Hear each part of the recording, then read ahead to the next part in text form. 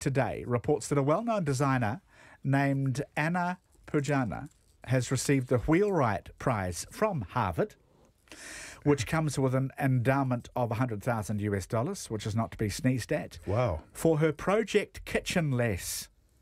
She says we won't need kitchens.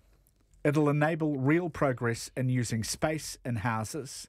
This could be far sooner than we think. Her own kitchenette is only 4 feet, 1.2 metres long, and I'll outline her views a bit more. But could you live without a proper kitchen? Well, actually, for the last long while, I pretty much could, mainly because I just mainly did the eating.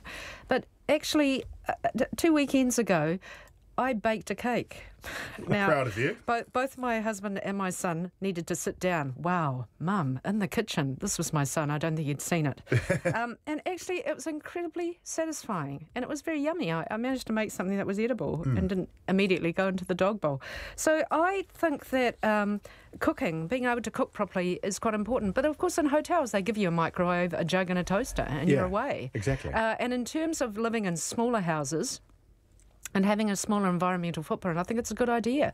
And frankly, if you live in countries, like, when I went to Taipei over Christmas, most people there don't cook. And boy, if I lived there, why would you cook? I mean, the food's so good and it's so cheap. Just go out and get it. I don't cook a lot, and I've just discovered Uber Eats, which changes my life. But for most Kiwis, they don't live in central Auckland where it's easily available, like for me, and there's millions of restaurants around me. And when I travel, I feel like most New Zealand towns, you'd still definitely need a kitchen. There's so few food options besides a McDonald's. Here's her future. She says the practicality of it is that when developers build subdivisions, there'll be a cooking space staffed with meals delivered to the subdivision's home. So, so food bags are a foot in this door. Yeah. And that's what she is saying will happen. And it'll benefit the developers. They'll put more abodes on the sections. So let's think about what happens in a family. That's the one time you sit down and you talk about things. And it's important time, isn't it? So I guess that maybe there's a distinction between eating and cooking.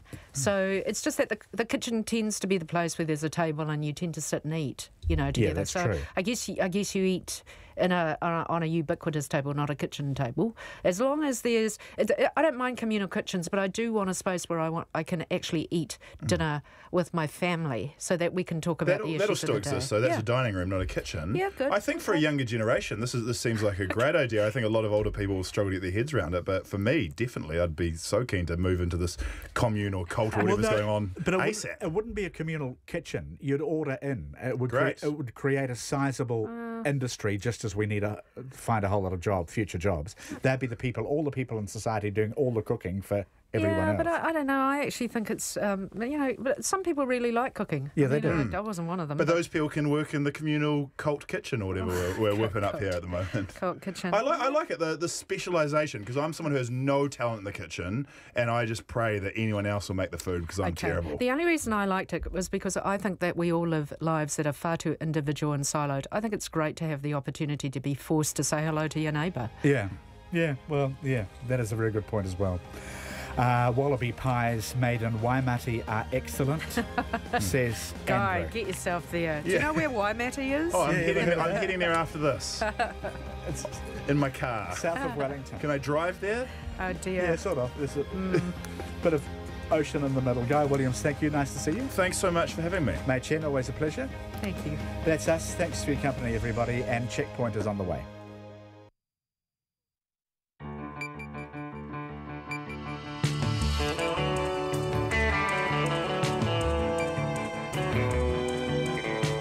Tō te mairai hoa mahi kōreru kei te haere, he kaupapa kei te karawhiua. Welcome to Checkpoint. Tonight, the share milker beating cows with a steel pipe. Farm Watch, who obtained the footage using hidden cameras, says MPI isn't doing enough to stop such abuse and to prosecute the offenders. The Waverley crash, 7 dead, only 1 survivor, and she has lost her partner and her 2 children. Dairy and beef farmers in the top of the South Island meet over when, not if, Mycoplasma bovis reaches them. Germany, the defending champs, don't make it out of the group stage at the Football World Cup. Inland Revenue effectively pushes back today's deadline for filing GST returns because of technical glitches. And the 88-year-old who's run 83 marathons, our Zach Fleming, hits the road with him.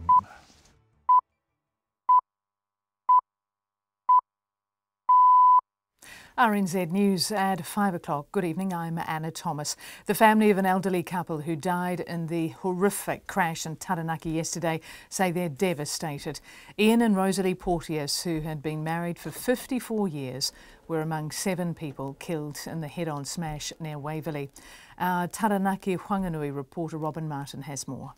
The couple's granddaughter, Shay Starenberg, says they will be remembered for their cheeky sense of humour and being the glue that held the family together. The other 2 people in the car who died were Mr Porteous' sister, Aura Keane, and Brenda Williams, who both also lived in Waverley. In the other car, a 28-year-old man, an infant and an 8-year-old girl were killed. The children's mother is in a critical condition in Wellington Hospital. Shay Starenberg says her family's love and thoughts go out to all the families involved in this tragedy. Ko Robin Martin tēnei. 2 people have been taken to hospital in Auckland after a school bus and 2 vehicles crashed in the suburb of Albany. The bus, with 15 students on board, went off the road near the Avenues intersection on Dairy Flat Highway. There are no serious injuries, but the bus driver and the driver of one of the other vehicles have been taken to hospital as a precaution. The road is blocked and police have put diversions in place. Aucklanders will be paying 15 cents more for a litre of petrol by September, with a new national excise to be added to their regional tax. The government has confirmed it will charge an extra 3.5 cents a litre this year and in each of the following 2 years to help fund roads and public transport. The Transport Minister, Phil Twyford, says the average Auckland family will pay about $5.70 extra a week this year.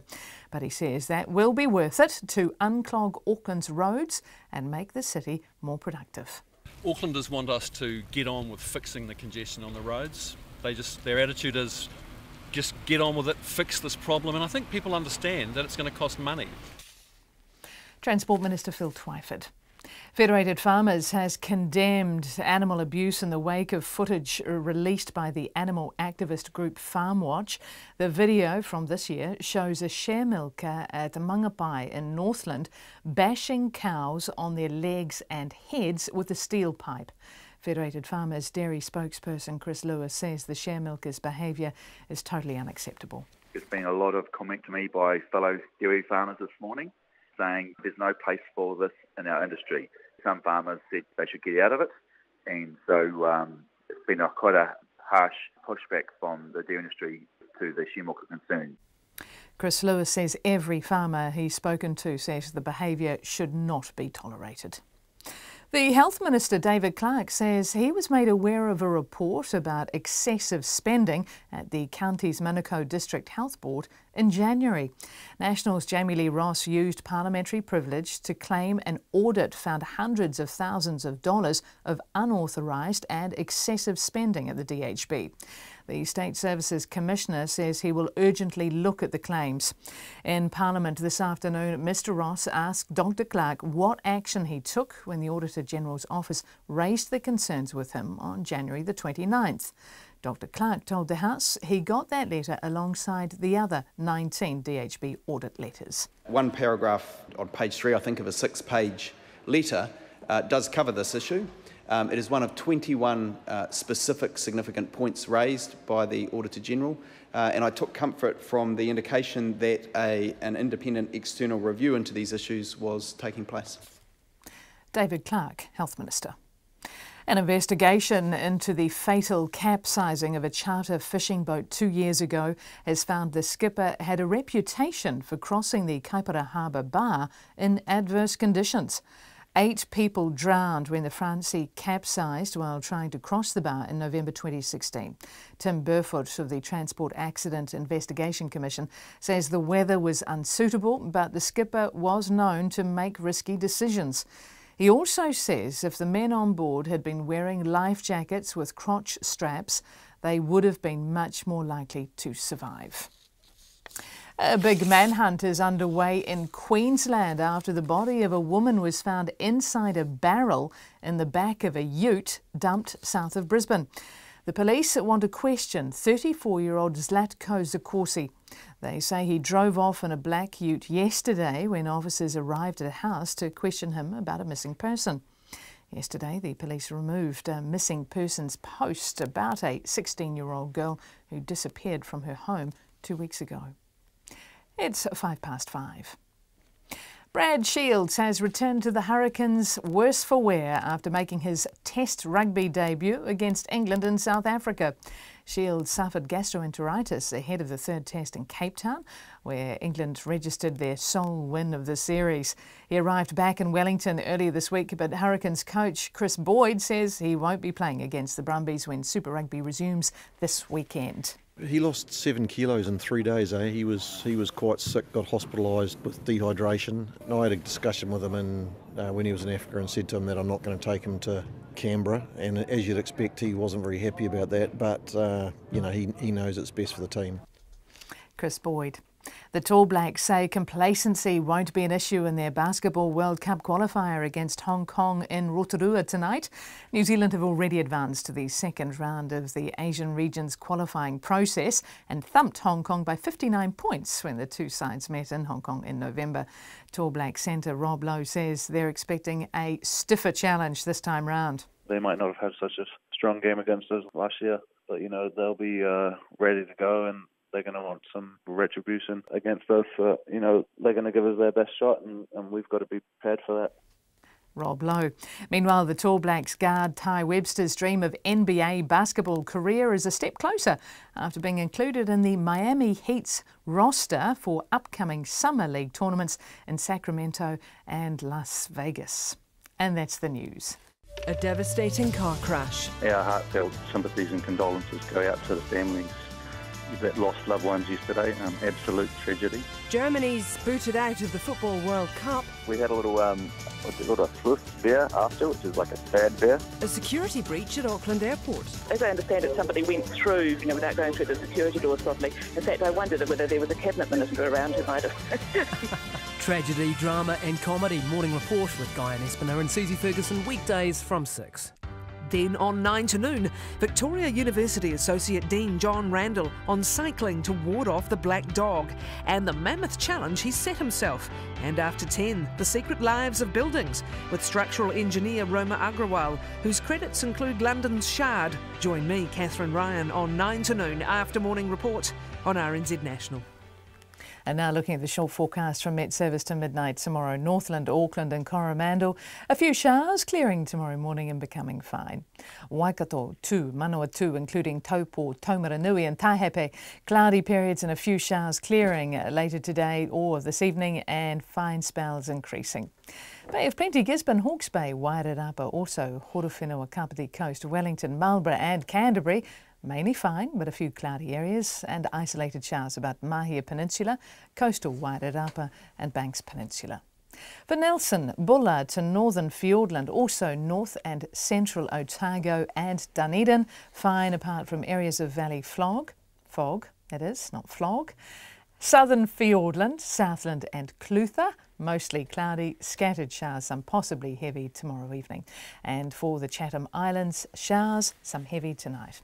RNZ National, it's 5:08 and you're listening to Checkpoint with John Campbell. Thank you very much indeed, Anna Thompson. Thank you everyone for being with us. The farm monitoring group that took hidden camera footage revealing a Northland share milker hitting cows with a steel pipe says MPI is, and I quote, incompetent when it comes to animal welfare issues, and the Agriculture Minister should either address that or resign. FarmWatch provided the footage to the newsroom website, who published it today. As a result, MPI is now investigating the farm.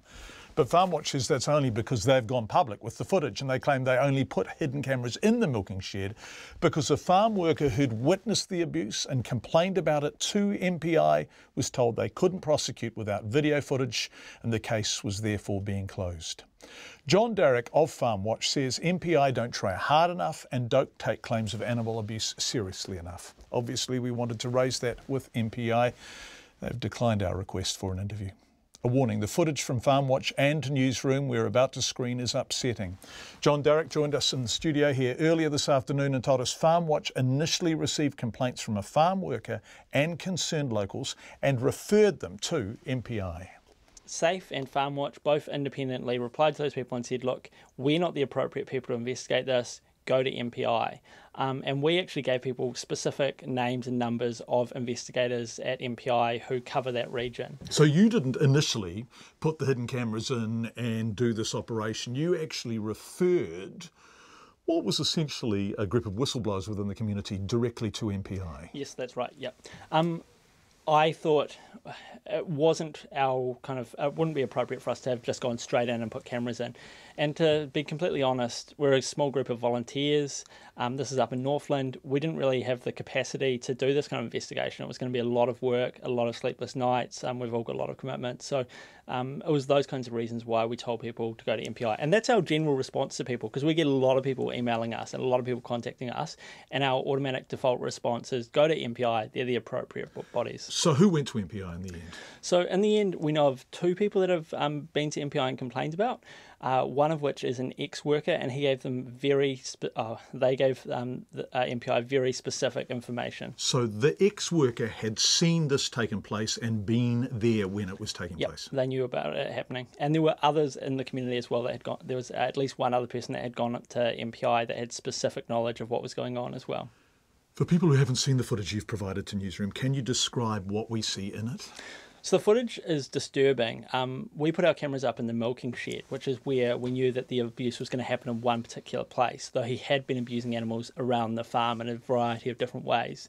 And the footage is horrible. It shows this share milker rushing at the cows, screaming at them, yelling at them, swearing at them, and beating them with a range of different objects.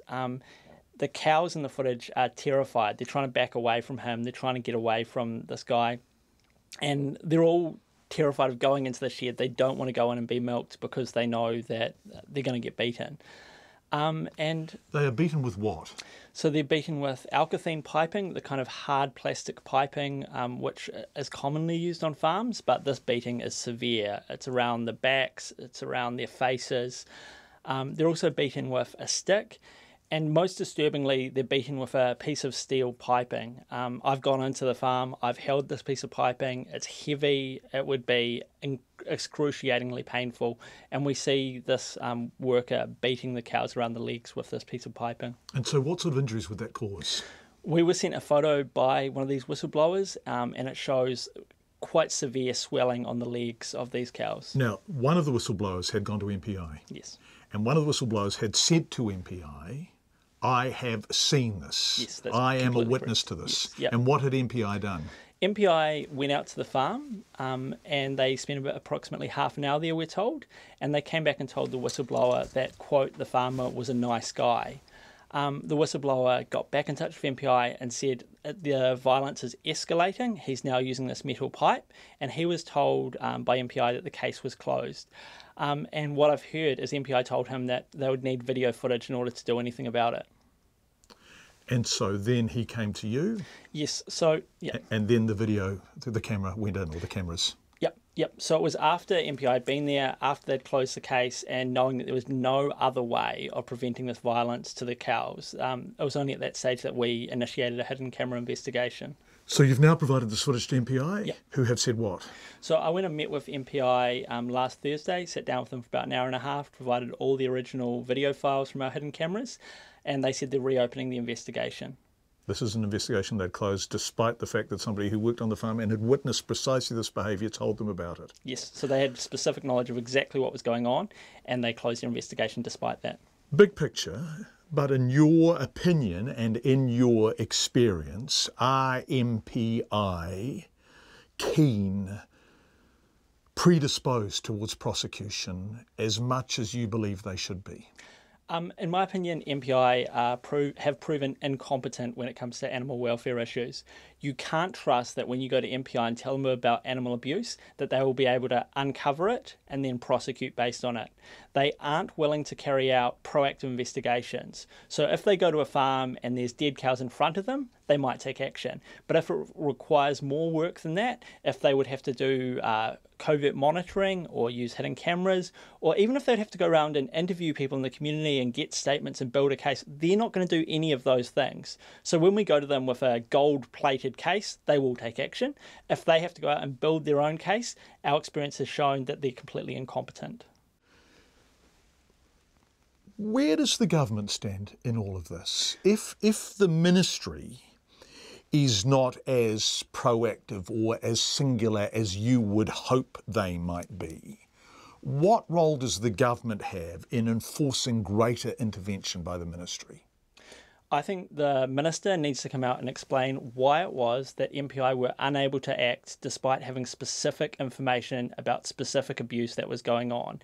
MPI can't get away with saying that this is a case which is under investigation. They need to come out and they need to reassure the public as to and give the public some confidence that animal abuse will be uncovered. And crucially, they need to reassure farm workers that if they come to MPI with information about animal abuse, that information will be taken seriously. They need to reassure the whistleblowers who came to us that their voices will be listened to if they come to MPI in future. I think MPI need to be stripped of their animal welfare responsibilities. They've shown time and time again, year after year, that they're incapable of uncovering quite obvious and systematic abuse. For example, with the abuse of bobby calves in 2015, which we exposed, they acted as if that was a complete surprise. It was only when an internal report was leaked a year later that we found out that they'd known about that animal abuse since 2011. MPI have shown that they're in fact covering up animal abuse. For that reason, I'm calling for MPI to be stripped of their animal welfare responsibilities, and I'm calling for the Minister of Agriculture, Damien O'Connor, to front publicly and explain what MPI are doing. If Damien O'Connor is unwilling to do that, I think he should step aside, and that somebody should be put in place who actually takes animal welfare seriously for New Zealand. That's John Derrick from Farm Watch. What do MPI say? Well, they've declined our invitation to be interviewed. Damien O'Connor not available, but the Associate Agriculture Minister with responsibilities for animal welfare, Meka Whaitiri, will join us after the news at 6. We'd love your feedback on this. Text us 2101 or email checkpoint@radionz.co.nz. It's 17 minutes past 5. South Taranaki locals say they are at a loss as to what caused two cars to collide head-on yesterday morning, killing 7 people. 4 elderly people in one car travelling north from Waverley and 3 members of a family in another car travelling south died in what is New Zealand's worst road crash in more than a decade. Just 1 person has survived. But as Bridget Burke reports, Waverley Bowling Club members say driving conditions were good and the elderly driver knew the road well. The tiny South Taranaki town of Waverley mourning the loss of 7 lives after yesterday's horror crash. Police today named those killed when 2 cars collided head-on just after 11 o'clock yesterday morning. Ani Nohi is the sole survivor of the crash. She was a passenger in a southbound car driven by her partner Jeremy Thompson, who was killed. Sitting in the back, her daughters, newborn baby Shady Thompson, who died shortly after the crash, and 8-year-old Nivik Madams, who passed away in Waikato Hospital this morning. Ani Nohi remains in intensive care after being airlifted to Wellington Hospital. In the other vehicle, 4 elderly people were killed instantly. They were 80-year-old Ian Porteous, his wife Rosalie, Ian's sister, 86-year-old Aura Keane, and their close friend Brenda Williams. Colleen Smith from the Waverley Bowling Club knew them all well. I think the town is absolutely shattered as regards to what's happened on both sides.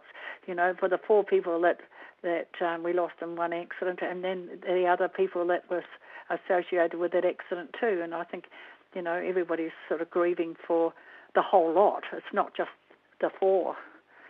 You know, although they probably didn't know the other people, it's just the thought of a baby and a husband and another daughter. A Give a Little page has been set up to help Ani Nohi's family with the expense of her daughter's funerals. The page said both Nivik, who celebrated her 8th birthday on Tuesday, and Shady were close sisters and part of a caring whānau, deeply loved by their friends and family. Their tragic passing has been devastating for everyone, and we are grateful for the outpouring of support from the community.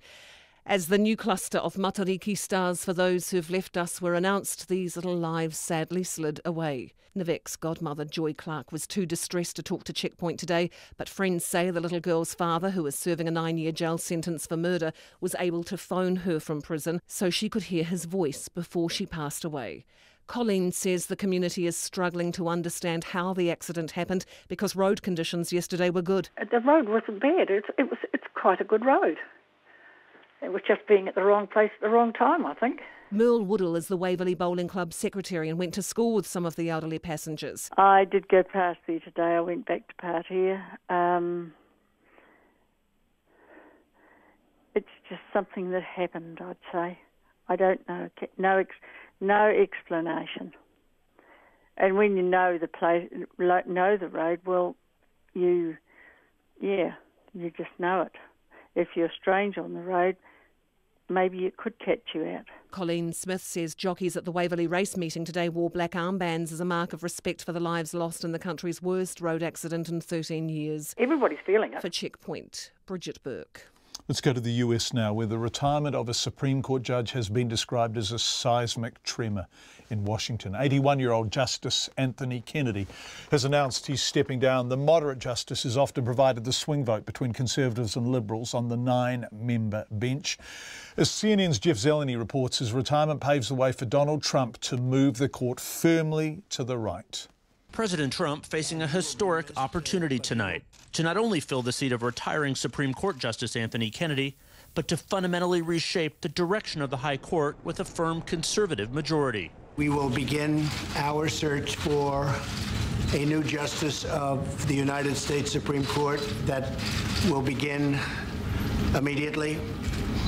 And hopefully we're going to pick somebody who will be as outstanding. His retirement, kept secret till the end, hands another monumental victory to the president in this pivotal midterm election year. Perhaps nothing fires up conservatives more than a Supreme Court vacancy. Justice Kennedy delivered the bombshell news himself, carrying his retirement letter with him as he visited the White House, only hours after the court finished its business for the term. I got his ideas on things, including I asked him if he had certain people that he had great respect for that potentially could take his seat, which is a very hard seat to fill. That's an understatement. Conservatives will demand a far more reliable vote than Kennedy. Mr. President and Mrs. Reagan. A Reagan nominee and libertarian who sided with liberals on abortion, affirmative action, and gay rights. It's a chance for Trump to give the court its fifth full-throated conservative. We have a very excellent list of great talented, highly educated, highly intelligent, hopefully tremendous people. I think the list is very outstanding. The president pledged to make his selection from a public list of 25 well-established conservative jurists. He said he would move swiftly, a sentiment echoed by Senate Majority Leader Mitch McConnell. We will vote to confirm Justice Kennedy's successor this fall. It's imperative that the president's nominee be considered fairly. McConnell infuriated Democrats by refusing to seat President Obama's Supreme Court nominee during the final year of his presidency. Democrats tried retaliating by mounting a filibuster of Trump's first nominee to the court, Justice Neil Gorsuch. But it backfired and prompted McConnell to change the rules of the Senate, which means the next nominee needs only 51 votes to be confirmed. Please raise your right hand. Trump often says putting Gorsuch on the court is his biggest achievement since taking office.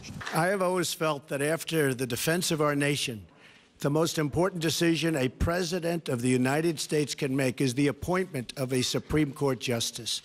Depending on their age, a justice can be active for 50 years, and his or her decisions can last a century or more and can often be permanent. That report from Jeff Zeleny for CNN in Washington. Dairy and beef farmers in the top of the South Island have a message for authorities. It's a matter of when, not if, Mycoplasma bovis reaches their area. More than 100 farmers and industry representatives turned out in Nelson today to an MPI national roadshow on the cattle disease, and it was clear that feelings are running high as the disease edges closer. The government and industry are spending nearly $890 million trying to eradicate Mycoplasma bovis, which was confirmed this week to have spread to an extra 4 South Island farms. Our reporter Tracy Neal was at the meeting and she filed this report. From a quiet corner of the country's dairy and beef sector, the message to authorities in Nelson today was loud and clear. Dealing with you guys is bloody hard work. Dealing with neighbours is the easy part about it. Judith Rowe and her husband Kim own one of the 3 properties in the top of the South Island, who've now been issued with a notice of direction by MPI as part of its bid to curb the spread of Mycoplasma bovis. The farms in Nelson, Tasman and Marlborough are being tested and monitored closely. Tākaka farmer Steve Wood says even though there are no confirmed cases in the area, everyone is worried. But it will get here. New Zealand's a small place. Stock gets moved around. So what are you doing to prepare for that then? Coming to meetings to learn about it. The Rural Support Trust's Nelson Regional Coordinator Barbara Stewart says they have a chance to keep the disease at bay, but it will take some effort. There are some incidents of precautionary control happening in the region, and we're fortunate that lightly affected at this point in time, but as a farming community we need to work together to get through this with the least impact. The latest figures from the Ministry for Primary Industry show there are now 41 infected properties around the country. Steve Wood says despite some finger-pointing that farmers aren't doing enough to prevent and contain the disease, they're doing the best they can with the tools they have. Nate's very flawed. There's some big holes in it, so it's very harsh to be blaming farmers. The system itself's not very good. Farmers have been criticised for not adhering to the National Animal Identification and Tracing System, or NAIT. Mary Ann, aka Mary Stratford, a homeopath in the crowd, ruffled some feathers with claims she has a remedy to protect uninfected stock. It does that by boosting the immune system and the life force, but then MPI within days slapped a gagging order on me with threats of imprisonment and or a stiff fine. MPI's Response Incident Controller Catherine Duthie says they receive offers daily to help eradicate the disease. She says they are all assessed. We do have to run them by the people in our labs to ensure that there's enough science-based evidence to support whatever product it is. And if there's something that we genuinely believe is going to be of benefit, we absolutely take up that offer. Catherine Duthie says responsibility for the disease rests as much with farmers as authorities, and notification is paramount. So if people don't notify us and practice continues as normal, this disease will spread throughout New Zealand. And then all the effort that we've put in, all the people who have lost herds, all the people who have been put under restrictions and had their lives severely impacted, that will be for nothing. Farmer Judith Rowe, meanwhile, says while they have tried to do everything to the letter, the information from authorities has been very confusing. The paperwork we've received indicates that there could be issues with deer, with sheep, with other animals on the farm, with feral animals. You're telling us today that it's not going to go across species. And so there's so much conflicting information. It changes every day. Officials are now on the road to Greymouth for another public meeting as part of the roadshow. In Nelson for Checkpoint, Tracy Neal. Coming up to 28 minutes past 5. Let's change the subject entirely. And anyone from Germany listening won't welcome this. The defending champions, Germany, have crashed out of the Football World Cup after suffering a stunning 2-0 defeat to South Korea by South Korea. Stunning may even be an understatement in this case. It was the first time for 80 years that Germany hasn't made it out of the first round, and German fans took it as you could imagine that a football mad nation would take it. People wept. Newspapers headlined failure and dismay. One headline was simply "Aus, out." Here's Bridget Burke again. There's going to be another goal here. This will be it. Song Heung-min, 2-0. That is it. The moment South Korea ended Germany's World Cup dreams. In an edge-of-the-seat style finish, Kim Yong-gwon's 92nd minute goal, initially ruled offside, was later awarded after a decision from the video referee. But worse was on the cards when, into stoppage time, goalkeeper Manuel Neuer lost possession in the opponent's half and Son Heung-min scored a second goal. Their World Cup is over. They are bottom of the group. They've lost 2 group games for the first time in history. 2-0 to South Korea. Incredible. Outside Russia's Kazan Arena, South Korean fans were euphoric.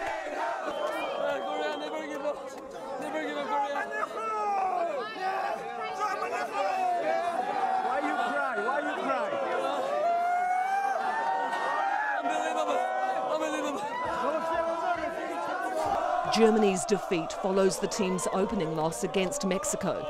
It is the first time since 1938 that either West Germany or the unified Germany team has not advanced beyond the first stage of the tournament. German fans couldn't hide their disappointment. It's very disappointing for Germany after having won it 4 years ago, and we expected the same kind of team where we were we were disillusioned somewhat by the team effort. It seemed like almost like they didn't want to be there. They are not able to go faster on the place. They are sleeping and they are not playing football. I have seen the World Cup final in 2014 in Rio live, and I know the people, what they can do, but that is not the play they are normally playing. Germany's coach Joachim Low, who led the team to World Cup glory 4 years ago, will face scrutiny over his player selections both before and after the tournament. After the match, the 58-year-old said he'll take time to consider his future. Very good. Very good. For Checkpoint, Bridget Burke.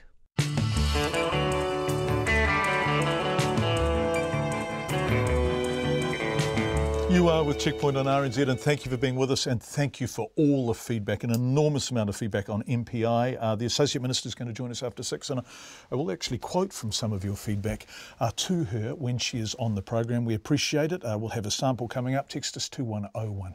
Also coming up on Checkpoint, the Transport Accident Investigation Commission says more people would have survived the capsize of a fishing boat if they'd been wearing life jackets fitted with straps. Heavy rain hampers the efforts of rescue teams searching for members of a youth soccer team trapped somewhere in caves in Thailand. And we go running with 88-year-old Ray Urban, who set his sights on his 84th marathon, which is pretty impressive, really. Nona, I think, is hovering around somewhere. She's going to come in and join us. But before it all, here's Anna with the headlines. Thanks, John. An SPCA inspector says video footage of a Mangapai share milker bashing his cows with a metal rod is appalling, and the man should be charged. Jim Boyd says, as a former police officer who prosecuted many cases of animal abuse, but the cruelty seen in the video is among the nastiest he's seen. Mr. Boyd says if he was still on the job, he'd get the man away from animals immediately and prosecute him. Federated Farmers has condemned the abuse as intolerable. The family of a Waverley couple, Ian and Rosalie Porteous, say yesterday's horrific crash is beyond belief. The couple, Mr. Porteous' sister Aura Keane and their friend Brenda Williams, all died in the head-on collision. 3 people in the other car, 28-year-old Jeremy Thompson, a 2-month-old baby and 8-year-old Nivek Madams were also killed. The children's mother is in a critical condition in Wellington Hospital. The government will charge motorists an extra 3.5 cents for a litre of petrol this year, as well as in each of the next 2 years to help fund roads and public transport. But Aucklanders will pay 15 cents more a litre by the end of September, with the new national excise to be added to their regional tax, which kicks off on Sunday. The Transport Minister says the average Auckland family will pay about $5.70 extra a week this year, which will help unclog the roads and make the city more productive. The Marine Transport Association is criticising the findings into the capsize of the fishing charter vessel Francie in Kaipara Harbour in November 2016. 8 people drowned when the boat capsized while trying to cross the bar. The Transport Accident Investigation Commission's recommendations are mostly about the use of life jackets, but the association's Margaret Wind says it should have recommended educating skippers as well. An Auckland student has been taken to hospital after a school bus crash in Albany. The bus carrying 15 students rolled off the road after a crash with 2 other vehicles on Dairy Flat Highway. The bus driver and the driver of one of the vehicles have also been taken to hospital. And that's the news. Thank you very much indeed, Anna. Nona next. But just before that, Inland Revenue has effectively pushed back today's deadline for thousands of people to file their GST returns because of technical glitches with its online system. For several weeks, businesses and accountants have complained about the department's online service, with many being unable to log into the platform. Here's our political reporter, Craig McCulloch. June the 28th is the official deadline for filing GST returns, but it's been an uphill battle for businesses and accountants. A major upgrade of Inland Revenue's systems has instead made some processes much harder. It's almost like they put in a new engine in the car, but it lacks horsepower. Craig McAllister is a tax specialist. He says the new platform has been riddled with glitches. The new platform was dropping people out, so they get halfway through completing what they were doing, and then it would just kick you out. Then, of course, if you try to use the phone system, get hold of Inland Revenue to discuss that, the phone system's too busy. Chartered accountants have also been hobbled by the changes. A spokesperson, John Cuthbertson, says it's been a perfect storm. We've had issues with inability to access MyIR itself, with log-on issues or just delays at getting on. We've had issues of slowness in terms of processing while you've been on. Inland Revenue says it's found and fixed the problem, but many people are now swamped with a backlog of work. In a statement today, the department issued an apology, and its commissioner, Naomi Ferguson, promised a 6-day grace period for those caught out by the glitch. I sincerely apologise to our customers. We will not apply late filing and late payment penalties for any GST returns due on June 28th if they are filed and payments made by Wednesday, July 4th. The Revenue Minister, Stuart Nash, is confident the system's now under control. When you switch technologies, you're never going to get it 100% right 100% of the time, even though in tax we'd like to believe you could. And the Commissioner just recognises the fact that her people are working incredibly hard on this. Whenever they see a glitch, believe me, I hear about it, and people work overnight to fix it. Stuart Nash is pleased the IRD is taking a lenient approach, but is encouraging businesses to pay their taxes as soon as possible. So the systems are up and running. There's no excuse at the moment. It's like anything with tax. If you do it on time, if you got your money there, it just saves a world of pain. Atu i te whare parimata mō te hōtaka o te ahiahi, ko Craig McCulloch ho. Well, let's turn to more business, I guess, in a way. Nona Peltier is beside me in the studio. The Financial Markets Authority, the FMA, has given the NZX a black mark in an annual review of the market operator. What's that about, Nona? Well, I guess, the NZX gets an annual review to see how well they're doing in supervising the market. These are market participants, the markets generally, and they got a failing grade there. The FMA has said, look, it's not good enough. They don't have the expertise required to properly supervise the conduct of the market. The NZX does not agree with that outcome, but is working with the FMA in any case to address the issues that were raised. And one of the things that the FMA wants is to see a new person in there leading that team that has more of the expertise required. They say it's not good enough to just put someone in there and then train them up. They really need someone with the experience from the get-go, and that's been a problem. And the FMA will have their way, won't they? They'll win. The FMA is definitely getting their way. The NZX didn't want to talk to us today. They wouldn't give us an interview about how they felt about it, just to say that in a statement that they didn't agree. So, we've heard some of these complaints before. The NZX has been underperforming in terms of listings and so on. So I think this is just a carry-on. The NZX is working on their issues, though, and so hopefully things will turn around there. Fascinating. Gostium, the FMA have become more visible over the past year or two, haven't they? Yes, by they golly. sure have. The Reserve Bank statement on monetary policy has caused economists to change their view on the timing of an interest rate hike. Yes, they think it's going to be further out. I love economists. Yes, they think it's going to be further out, so it could be a lot less. Who knows? I mean, it's not going to be probably maybe late next year. Right, until they change their view next time. And also, the Reserve Bank governor said it could go either way. The rate could be a cut, could be a hike, basically a more dovish tone. And that kind of flew through to our dollar. It certainly didn't help it. So our New Zealand dollar has fallen to quite 67.8 US cents. Wow. And that's partly because of the interest rates going up. Well, there was a negative business survey yesterday, and then just what's going on in the United States with so much turmoil there with trade. People don't know which way is up, to be honest. The markets have gone a bit bearish, certainly the Chinese markets, the Asian markets. Our market, though, was little changed. It was up just 2 points to 8,999 at the close. It did break through 9,000 through the day, but now we're still under that 9,000 closing mark. The Australian, 92.1 Australian cents as where our Kiwi was, and 51.7 British pounds. Nona Peltier, thank you very much indeed. The Transport Accident Investigation Commission says it's almost certain more people would have survived the capsize of a fishing boat 19 months ago if they'd been wearing life jackets fitted with straps to hold them on. 8 people drowned and 3 people survived when the Francie capsized while trying to cross the Kaipara Harbour Bar in rough weather in November 2016. In findings released this morning, the Commission made 4 key recommendations to Maritime New Zealand, mostly around life jackets, in an effort to prevent tragedies like this happening again, and it really was terrible. Emma Hatton reports. On the afternoon of November 26, 2016, the fishing charter vessel Francie headed out over the Kaipara Harbour Bar to skipper Bill McNatty's favourite fishing spot. 11 people were on board, but only 3 were wearing life jackets. Investigator in charge, Robert Thompson, says after 45 minutes of fishing, the boat headed back to shore. As the Francie approached the bar, he called the Coast Guard and requested a bar watch. As he stowed the VHF microphone, a breaking wave struck the Francie from behind, which rolled the vessel heavily to starboard, causing it to capsize, and it began to sink. Chief Investigator of Accidents Tim Burfoot says had the men all been wearing life jackets fitted with crotch straps to stop them coming off, it's virtually certain they would have had a better chance of survival. He says the weather was unsuitable for a bar crossing, but Mr McNaddy was known to make risky decisions. There are indications that the skipper of the Francie accepted a too high level of risk and was known to cross the bar in conditions that were not suitable, and this was known to a lot of the local users. 4 recommendations were made to Maritime New Zealand. They include setting up a confidential system for people to report unsafe maritime activity and requiring commercial vessels to carry life jackets suited to the conditions. The Commission wants life jackets fitted with crotch straps carried on such vessels operating in bar harbours or along exposed coasts, and says recreational boat users should be encouraged to carry them as well.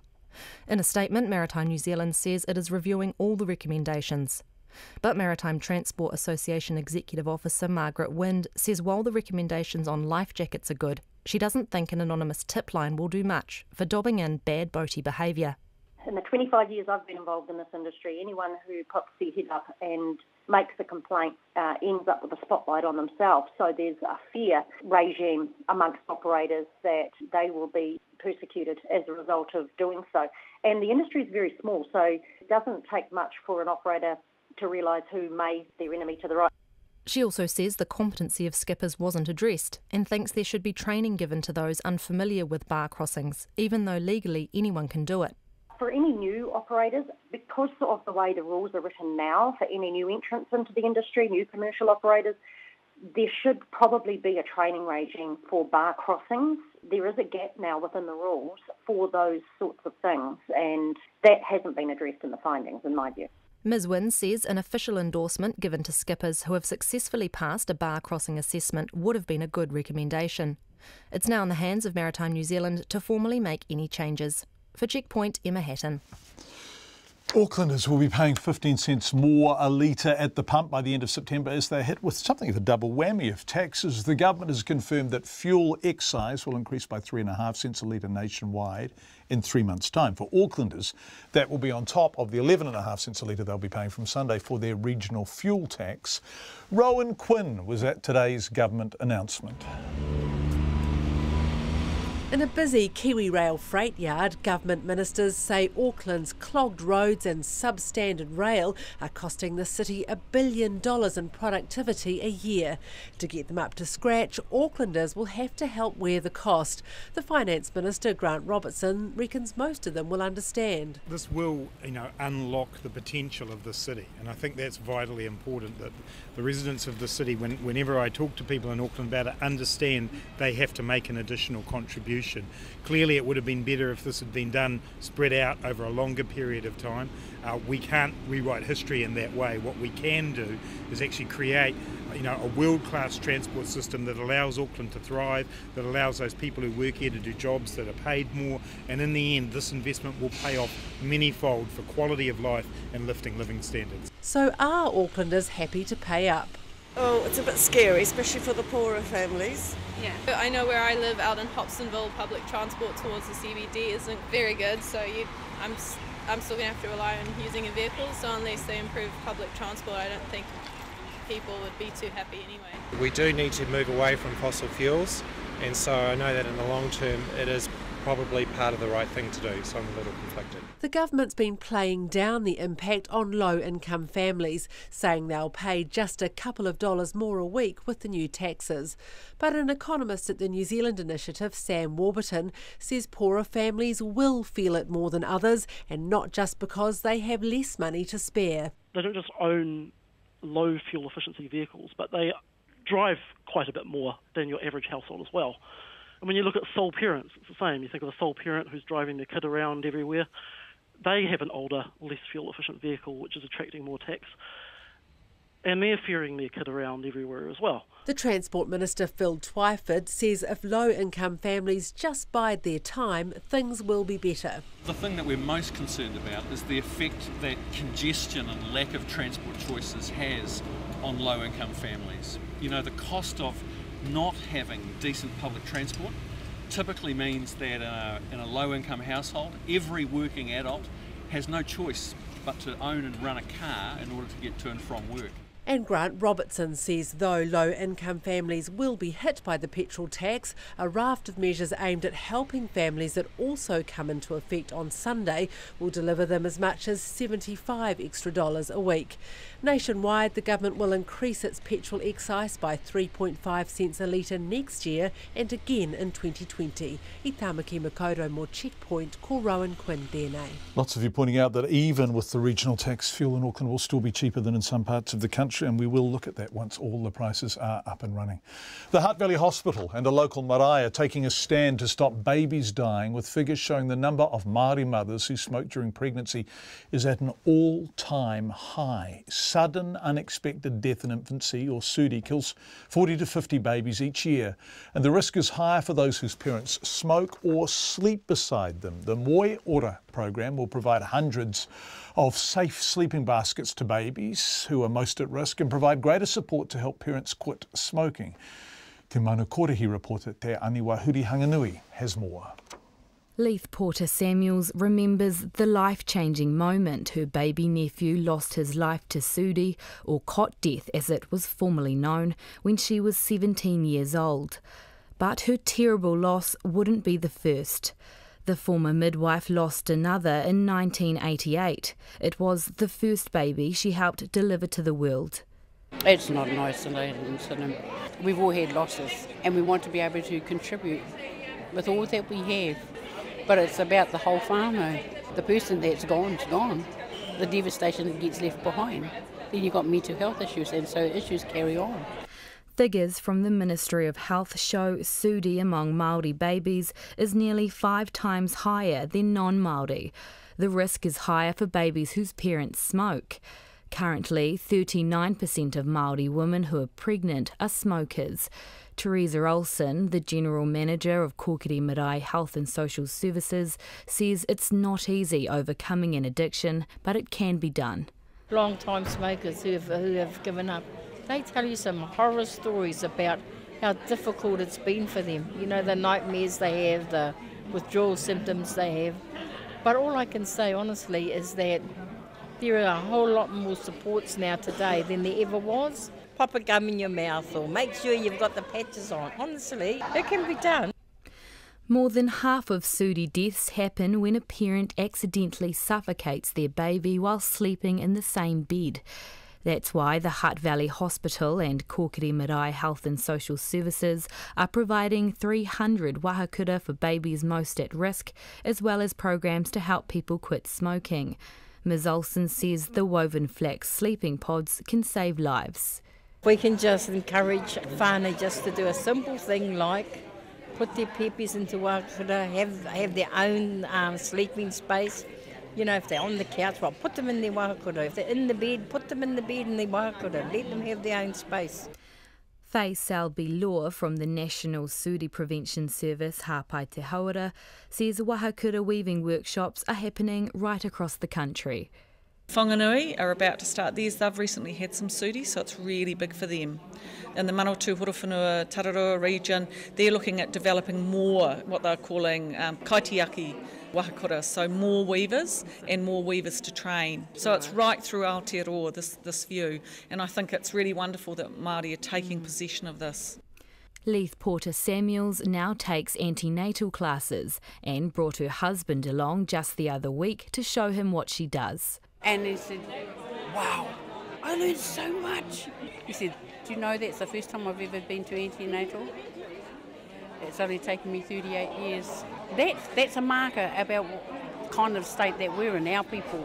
She says it just takes a little bit of encouragement to help whānau make good decisions about how to keep their babies safe.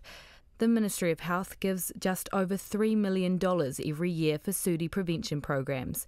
Mo te hōtaka o te ahi pōnei, ko te aniwa, huri hanganui ahau.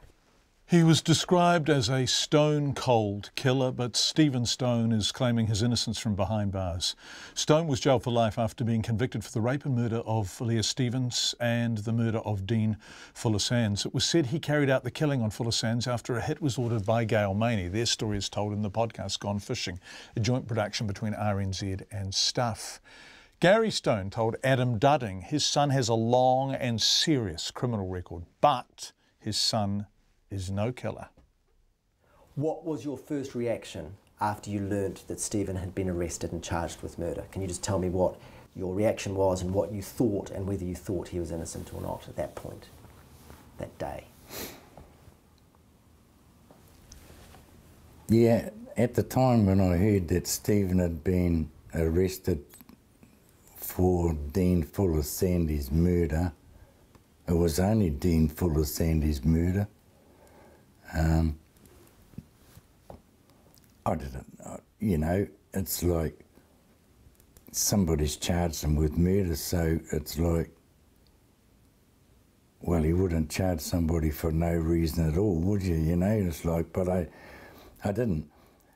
You can't at that time think, oh yeah, he did it, because I don't know nothing about it. You know, it was like, it was only after all the evidence came out that, you know, and he said he never did it.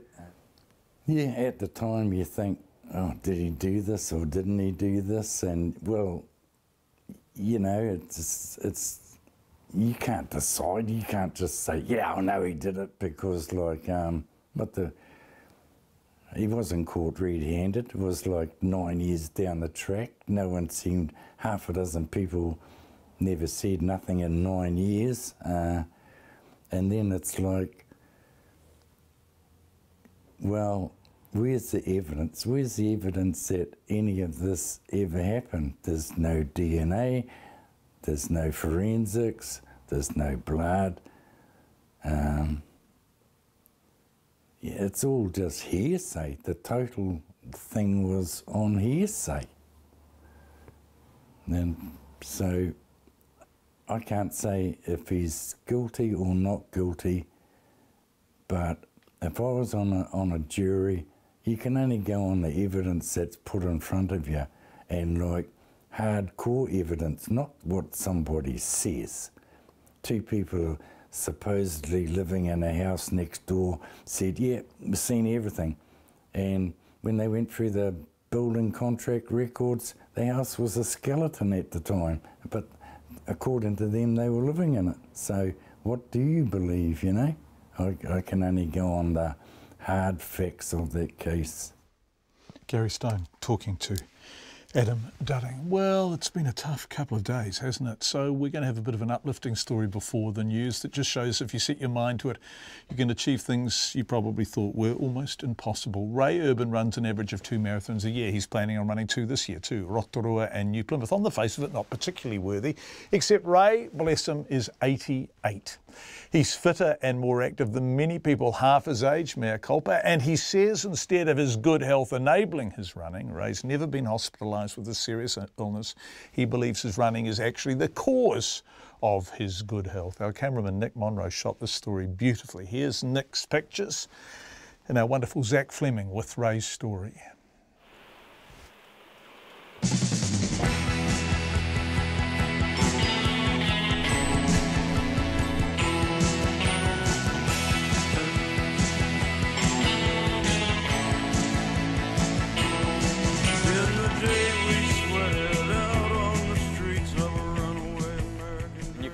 Choose any other exercise. You could row, you could cycle. Why do you run? Every other morning you'll find Ray Urban here, Red Beach, up at 5 a.m. running to the sunrise. It's something like a drug. Yeah. Gets into your brain and... a drug you can't give up? I suppose so. Because it's so easy just to stay in bed, you know, lie there in the warm, but as soon as you get out and get going, you think, thank God I made the effort to get cracking. Outwardly, nothing special, except Ray turns 89 in 3 months, and he ran the Rotorua Marathon last month. So how many marathons have you done now? 83 altogether. 83. 83 in 42 years. He didn't actually start running till he was 46. Did you think you'd still be running marathons at 89? Not really. I didn't even think I'd be alive at that. I tend to only do two a year. So I'm 26, and if I talk to my friends, no one I know would say I only do 2 marathons a year. I did 3 last year, I must admit. I threw the Gold Coast in for good measure. It was a beautiful day, sun beat down. I had the radio. Ray was the only 85 to 89 half marathon competitor at last year's World Masters Games in Auckland, and he beat people in the 35 to 39 age bracket, running it in just 2 hours and 28 minutes. And the next one is in Japan in 2021. And you're going to go? Yes. And there to cheer him on will be Shirley, his wife of 65 years. What do you do at the finish line? I give him a big kiss, a big sloppy one, you know, and Down a dream. missed the first one, but I did every other one.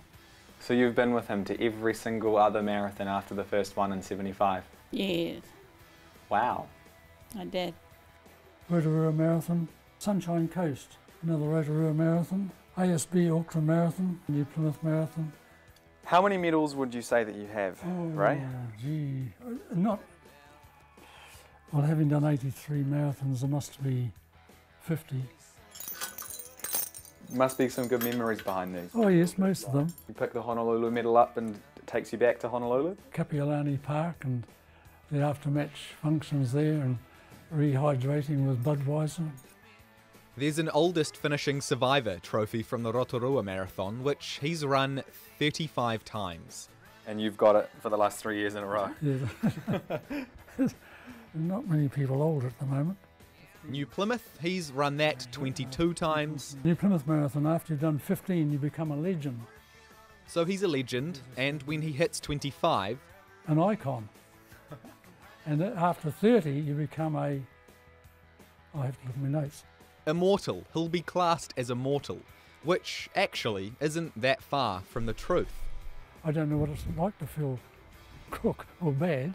I've had an odd cold and that sort of thing, but I've never been hospitalised. And you put that down to your running? Generally, yeah. Do you take any medication? No medication, no. As I say, an omega-3 pill for brain power. Keep on running. You've got to keep fit, otherwise you move it or you lose it. Exercise runs in the family, according to his sister. Ray's one of 9. He had an all-black brother. You reckon he'd ever stop running? No. What would he do if he stopped? Keep on running. 97,000 kilometres to date. And what have you learned after 97,000 kilometres? It doesn't seem that long. It doesn't seem that far. 97,000 kilometres is no big deal, really. He's expecting to hit triple digits by the end of the year. He runs rain, hail, shine. There's always the gymnasium, where there's a treadmill and an exercycle and other machines of torture. By now, I was feeling pretty inadequate, so I asked Ray for some tips, his secret. Is there some kind of easy 5-step plan we can all try and adopt? All he gave me was practicality. I think as long as you do a few stretches now and again, because your muscles do tend to bind up. And basically said, just do it. Would you say anyone can run a marathon? I can't see why not. Just matter of mind over matter.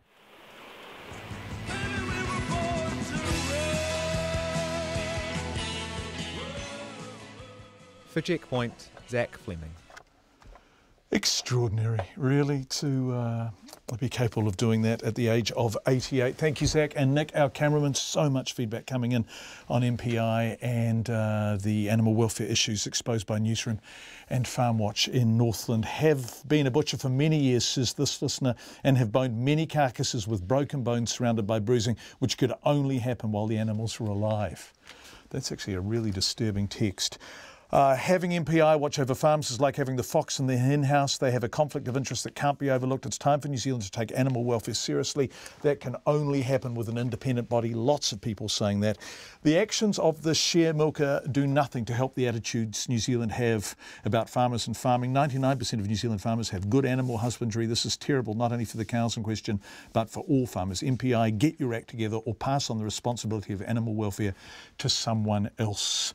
Farm Watch says Michelle is doing MPI's job. Farm Watch are correct. New Zealand stinks when it comes to animal welfare. Enough is enough. Expose this cruelty so we can stop it now and forever. Hey, isn't animal cruelty a crime? Why aren't the police involved?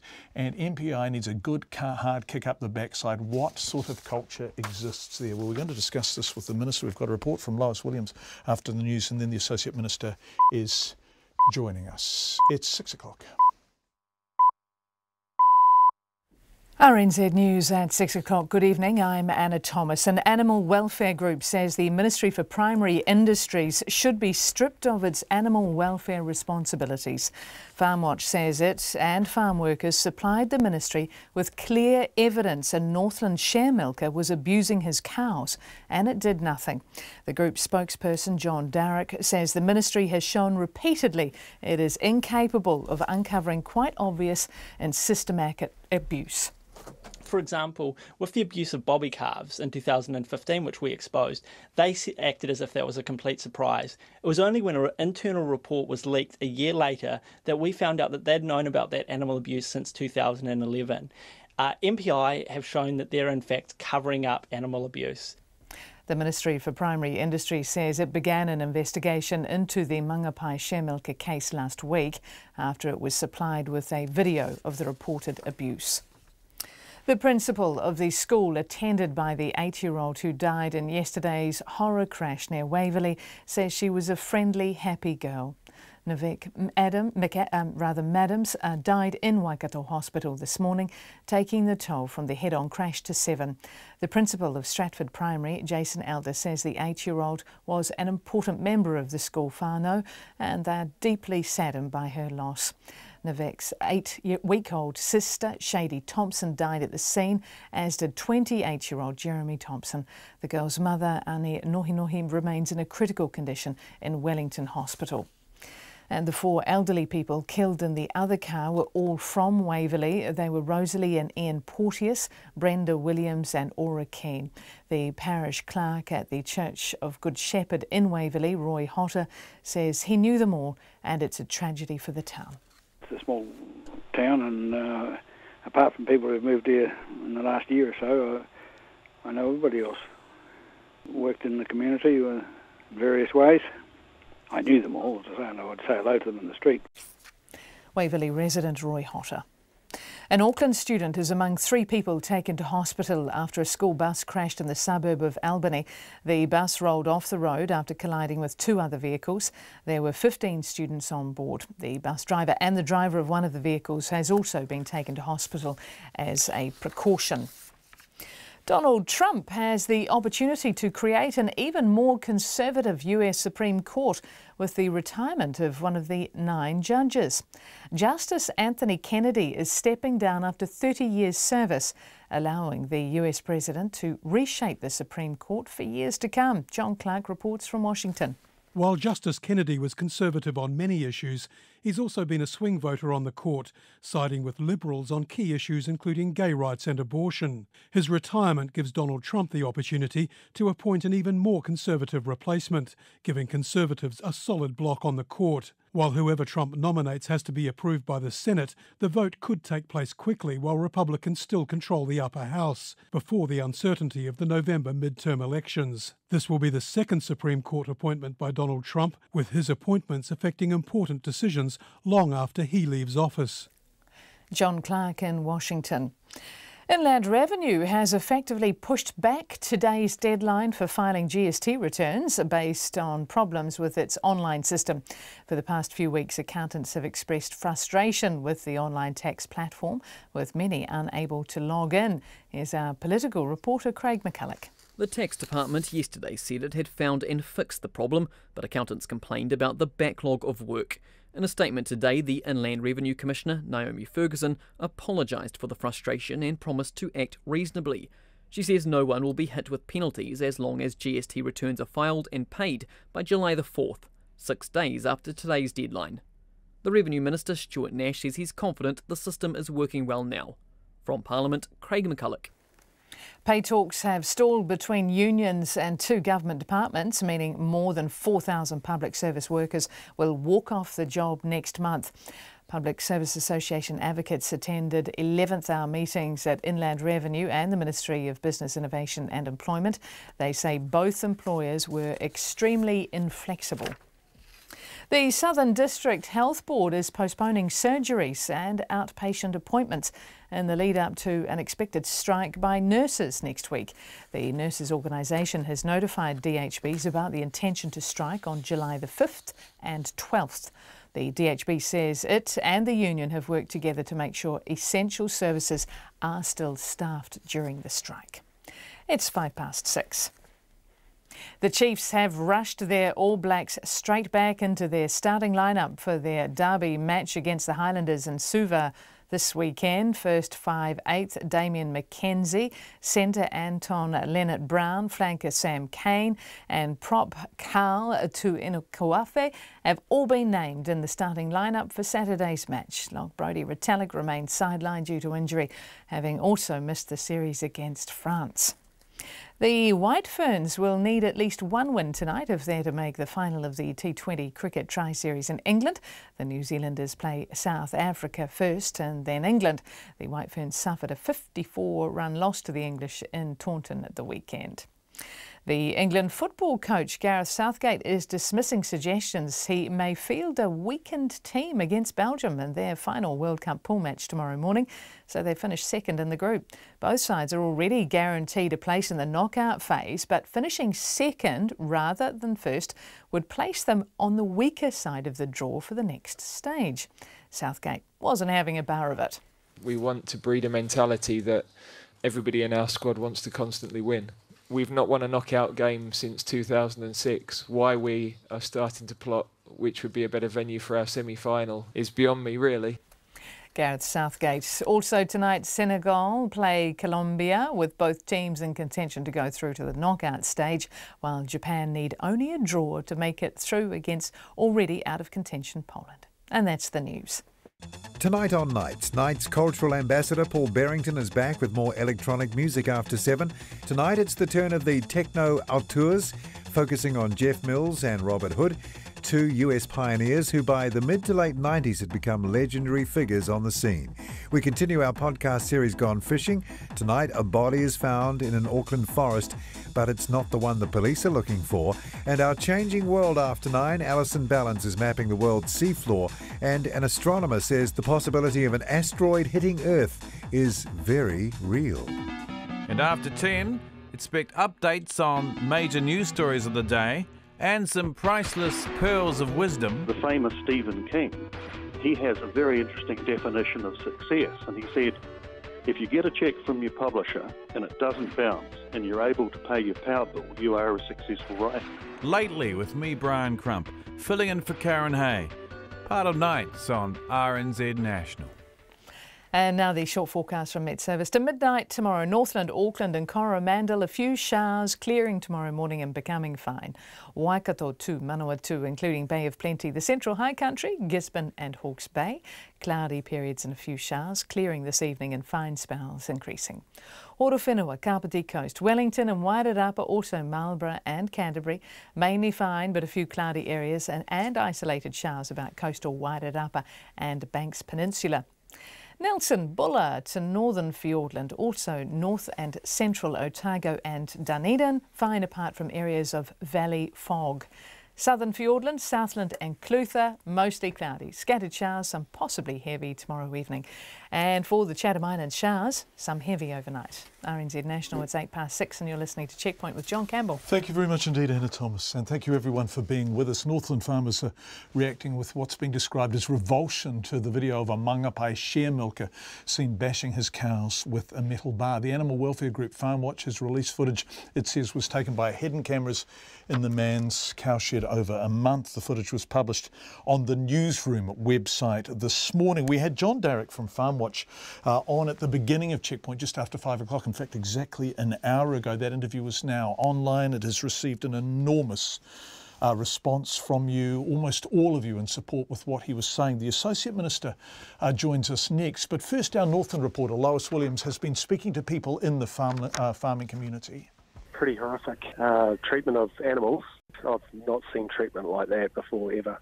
Damien Dixon's been farming for 19 years. He's the Northland share milkers rep on Federated Farmers, and he says he's never seen anything like the sickening brutality in the Farm Watch video.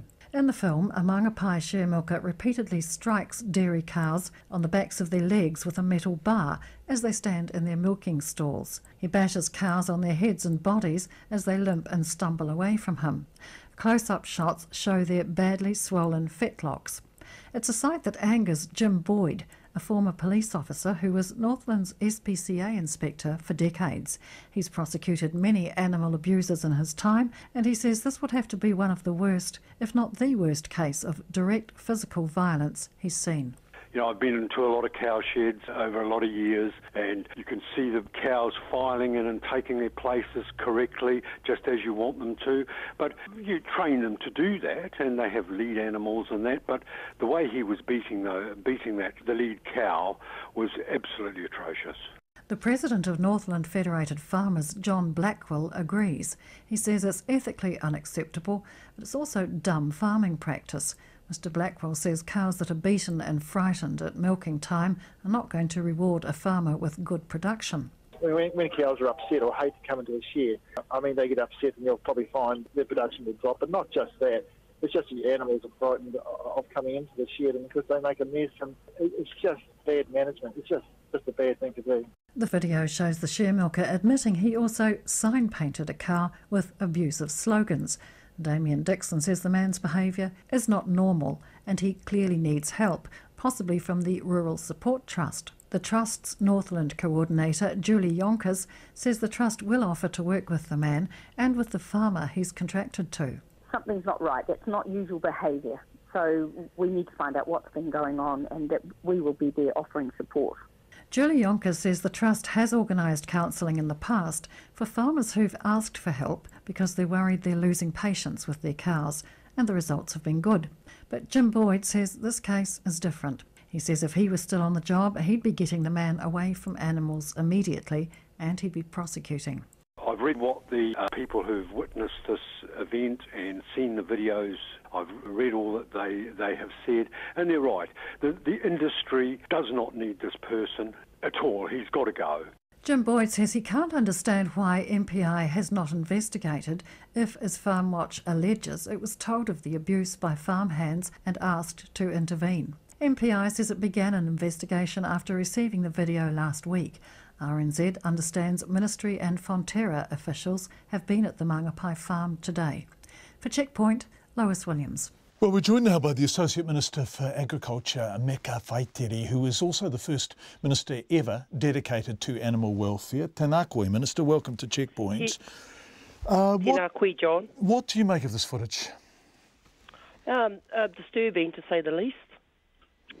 And the fact of the matter is that a farmhand who worked on the farm and who had seen this treatment went to MPI, locals had gone to MPI, and MPI didn't put the cameras in there, Farm Watch did, and if they hadn't done that, we wouldn't know about this. Yep, and it's true that we got the footage last week, and it's true that MPI are investigating, and it's currently going through that process. But I've asked for an update from the Ministry as soon as possible in terms of how we investigate and how we solve matters, how long they take, because that's also critical to make sure that we're operating in a transparent way. Are they trying hard enough? Is the ministry trying hard enough? Why was Farm Watch able to get footage of this occurring when the ministry was not? The ministry had witnesses. The ministry seems to have turned the witnesses away. Why aren't MPI able to do this kind of work themselves?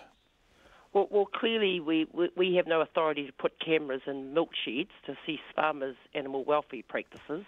I'm not sure how Farm Watch was able to get in there themselves, but the upshot is everyone has seen the footage. It's now been investigated.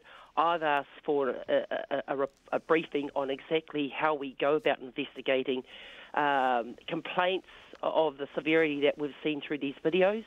And like I said, it's going through that process so that when we come out the other end, John, is that I can give some assurances that both MPI is acting in a speedily way, but in an open and transparent way. How many animal welfare inspectors does MPI have on their staff? So we have 22 animal welfare inspectors, which are based throughout the country. And there are 60 million farm animals in New Zealand. So that's roughly one for every 3 million animals.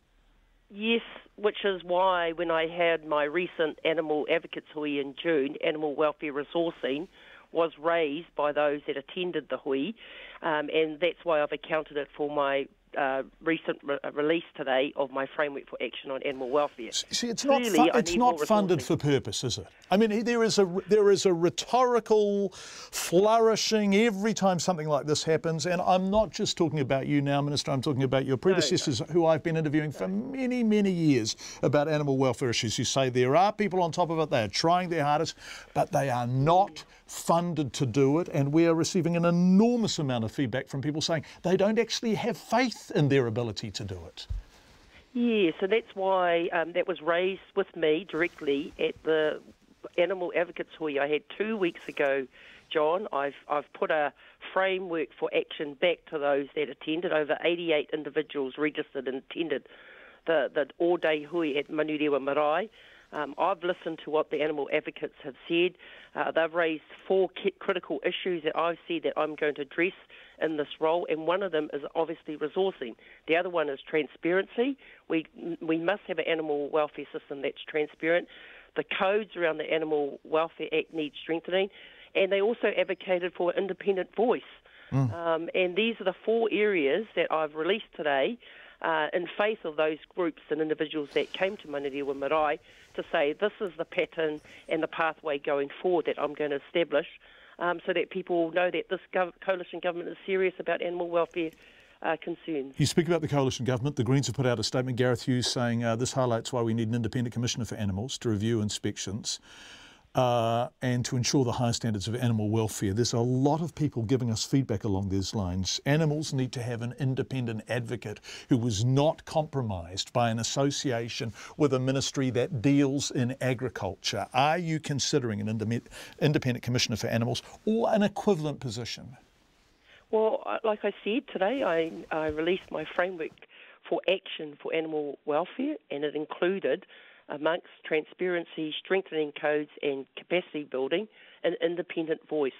So yes, Mr Hughes was at my hui, along with New Zealand First's Mark Patterson. As a coalition government and supplying confidence, we are committed to improving the animal welfare system. We are doing some good things, but clearly we need to do better, and what we've seen in the video today demonstrates that more work needs to be done. In terms of not just the dairy farming, but right across the animal welfare sector. Mika Whaitiri, who is the Associate Agriculture Minister and who would front, as you heard. Damien O'Connor was not available, saying that it was for Mika Whaitiri to talk about those issues, and MPI would not put up anyone at all. The family of an elderly couple who died in the horrific head-on crash which killed 7 people in Taranaki yesterday say they are devastated, of course, and still can't believe it's happened, while relatives of those killed and injured are in a state of shock. Our Taranaki Whanganui reporter Robin Martin has been on the ground in Stratford and New Plymouth today. Robin, thank you for joining us live. This is a harrowing thing to cover in these small communities. Who have you spoken to today? Good evening, John. Yes, you're right. It's just a very difficult time for everybody. Now, I went out to Stratford early this earlier this morning, and where the young family had ties to Stratford, and I did manage to speak to the auntie of the woman who is that's Ani Nohi, who's still in intensive care, I believe, or still in a critical condition in Wellington Hospital. There was a small, there were, family members had come around there. There was about half a dozen people at a house in Avon in Stratford. Now, Nan Nohi, she really wasn't prepared. She didn't talk on tape, John, and she just kind of said that they were coming to terms with the loss of the 8-year-old and the infant, and that Nivek Madams, the 8-year-old's body, there were plans to take Nivek to her mum in Wellington, and really at that stage, I left the family, to deal with their grieving and their struggles, and carried on elsewhere. Ian and Rosalie Porteous, you spoke to their family as well, is that right, Robin? Yeah, that was a little bit later. I came back into town. They're Waverley based, Ian and Rosalie, as were the passengers in their vehicle. The next of kin of the Porteous family based in New Plymouth, and I spoke to Shay Starenberg, that's the granddaughter. Spoke briefly to her mum as well. The people were gathering at their house in Westtown in New Plymouth, and I spoke to them briefly. They kind of took note of my questions just about who, what kind of people were Ian and Rosalie, and that they went away and prepared a statement for RNZ and other media, I believe, and like you said, they said they were devastated, still coming to terms with the loss, and then Shay shared how they were known for their humour, and Ian was always on the sideline for the grandchildren at sporting events, and that they'd been lucky just last weekend. They'd shared a family get-together. I think it was Shay's mum's birthday, so they have those precious memories of that extended family get-together at the weekend. And the couple have 3 sons, 2 of whom are heading over from Australia to be with the family. And Shay was, went to some length to say that their love and thoughts went out to all the families involved in this terrible event. Robin Martin, our Taranaki Whanganui reporter. It is a terrible event, and it's a hard one to cover too. Thank you, Robin. We really appreciate it. National Party MP Jamie Lee Ross is continuing to hound the Health Minister with his claims an audit has found hundreds of thousands of dollars of unauthorised spending at the county's Manukau DHB. The State Services Commissioner Peter Hughes says he will urgently look at the questions raised and decide if any action is necessary to resolve them. Here's our Deputy Political Editor, Chris Bramwell. Jamie Lee Ross used the legal protection of parliamentary privilege to make his allegations about spending at one of the country's largest DHBs in the House yesterday. Mr Ross would not discuss his allegations outside Parliament, nor would he provide RNZ with any of the documentation he was basing his claims on. He claimed an investigation had identified remuneration and benefits to a senior county's Manukau DHB executive that were either unauthorised, excessive or unjustified, and said the audit used the word fraudulent several times. In Parliament this afternoon, Jamie Lee Ross asked the Health Minister David Clark what action he took when the Auditor-General's office raised the concerns with him on January the 29th this year. Dr Clark told the House he did get that letter alongside the other 19 DHB audit letters. One paragraph on page 3, I think, of a 6-page letter does cover this issue.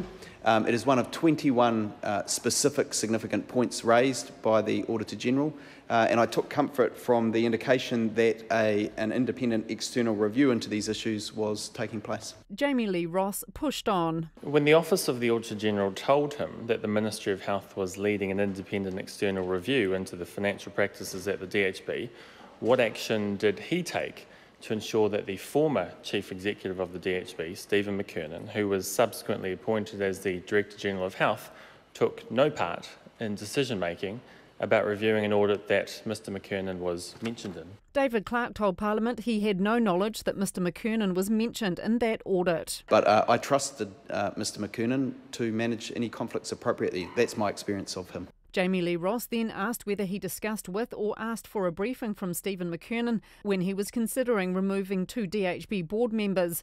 David Clark replied that Mr McKernan did mention the audit investigation that was going on. It will be no surprise, I don't think, to the House that I've had plenty of conversations around counties Manukau during my time as Health Minister, but the removal of those board members, my decision to refresh the leadership at counties Manukau, had absolutely no connection to that audit investigation that was going on. Jamie Lee Ross asked Dr Clark, given the State Services Commissioner was looking into the claims he made in Parliament yesterday, whether the Minister would consider asking the Auditor-General's office to look at his decision to remove the 2 board members. David Clark was quick to respond, though Jamie Lee Ross was also quick to chime in afterwards. Mr Speaker, no, the 2 matters are not at all connected. They are. A tui te whare pāri mata mō te hōtaka o te ahi pōnei, ko Chris Bramalaho. 6. A 65-year-old man has survived a crash that saw him drive off the Paikakariki Hill Road in Kapiti and plunge 60 metres into the bush below. A witness said the car flew off the side of the hill, trapping the man in it for more than 2 hours before he could be rescued from his precarious spot. Wellington Assistant Fire Commander Matthew Abel told our video journalist Richard Tindler what happened. About 8 o'clock this morning, a car went over the bank on the Paikakariki Hill. There was a person trapped in the car. The car was probably about 50 to 60 metres down the bank. We had to use rescue lines to access the patient, to get down to the patient. The car was under a lot of foliage, hard to find.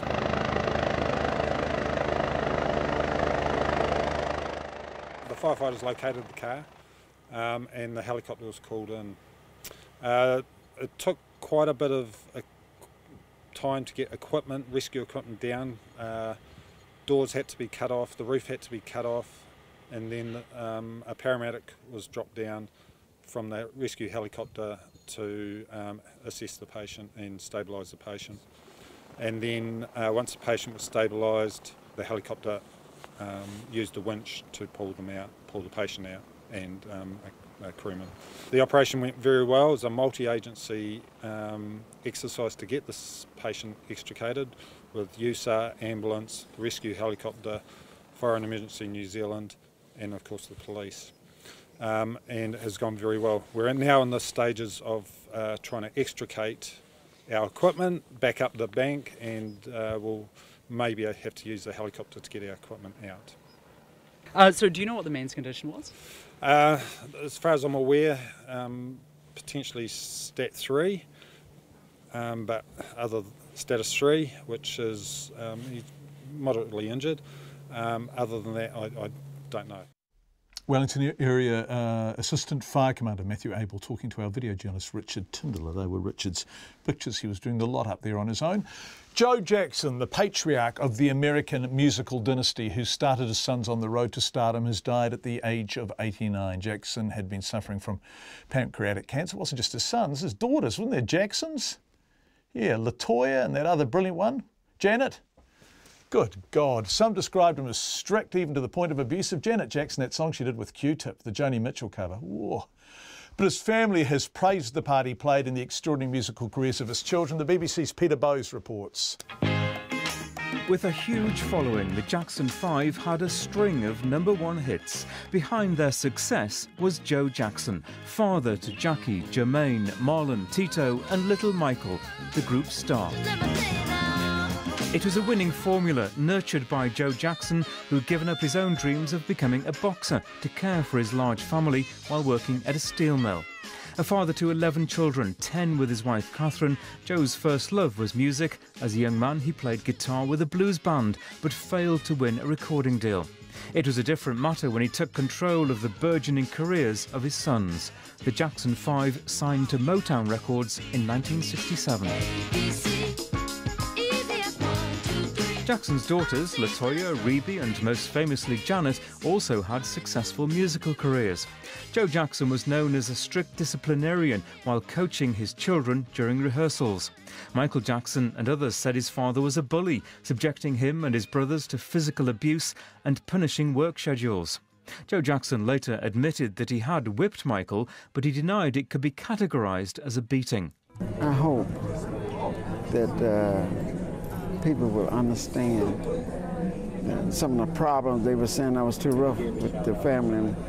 Everybody spanked. I never beat Michael in my life, but I did spank the family once in a while. Since his death, members of the family have been sharing their tributes. Latoya said, "You gave us strength. You made us one of the most famous families in the world."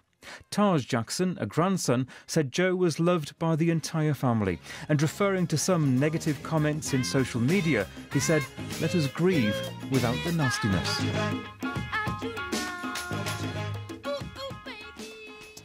And that, on a musical note, ends Checkpoint for this evening. A lot of feedback on this footage that FarmWatch released through the newsroom website. We talked to FarmWatch tonight. That John Darrick interview is online now. An enormous number of you texting and emailing in responses to that. Many of you in support of his key message.